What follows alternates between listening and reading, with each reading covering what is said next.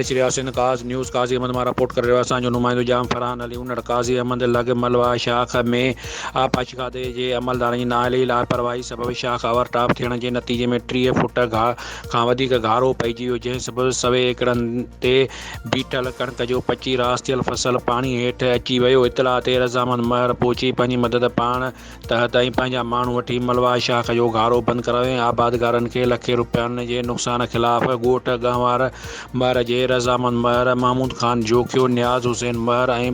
पहलवान वज़ीर महर जी अॻुवाणी में एहतिजाजी मुज़ाहिरो कयो वियो ऐं नारेबाज़ी कई वई। मुज़ाहिरीन जो चवणु हो त सॼो साल मज़कूरा शाख